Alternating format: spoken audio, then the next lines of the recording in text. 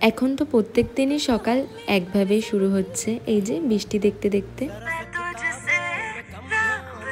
আজকে সকালটা একটু স্লোভাবেই শুরু করেছিলাম, তারপর করে নিলাম ব্রেকফাস্ট, লুচি আর তার সাথে আলুর দম, তারপর একটা কলা খেয়েছিলাম।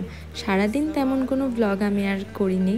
ওই সন্ধ্যের দিকে আমি আর দিদি বৃষ্টির মধ্যেই বেরিয়েছিলাম, আমাদের টুকটাক কিছু কাজ ছিল।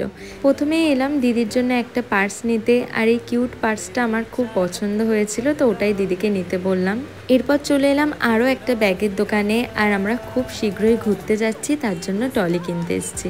তোমরা কি ভাবলে আমি এরকম কিছুই বলবো? একদমই না। সৌরভ প্রত্যেক দিন দোকানে যাওয়ার জন্য রেগুলার একটা ব্যাগ ইউজ করে, তো ওটা একটু ছিঁড়ে গেছে, তাই ওর জন্য একটা নতুন ব্যাগ নিয়ে নিলাম। আর এখানে না মানে এই দোকানে খুব সুন্দর সুন্দর ব্যাগ রয়েছে, আর এই দোকানের লোকেশনটা যদি তোমরা জানতে চাও আমাকে কমেন্ট করো। এরপর খেলাম একটু মালাই চা। আজকের জন্য ভিডিওটা এটুকুই।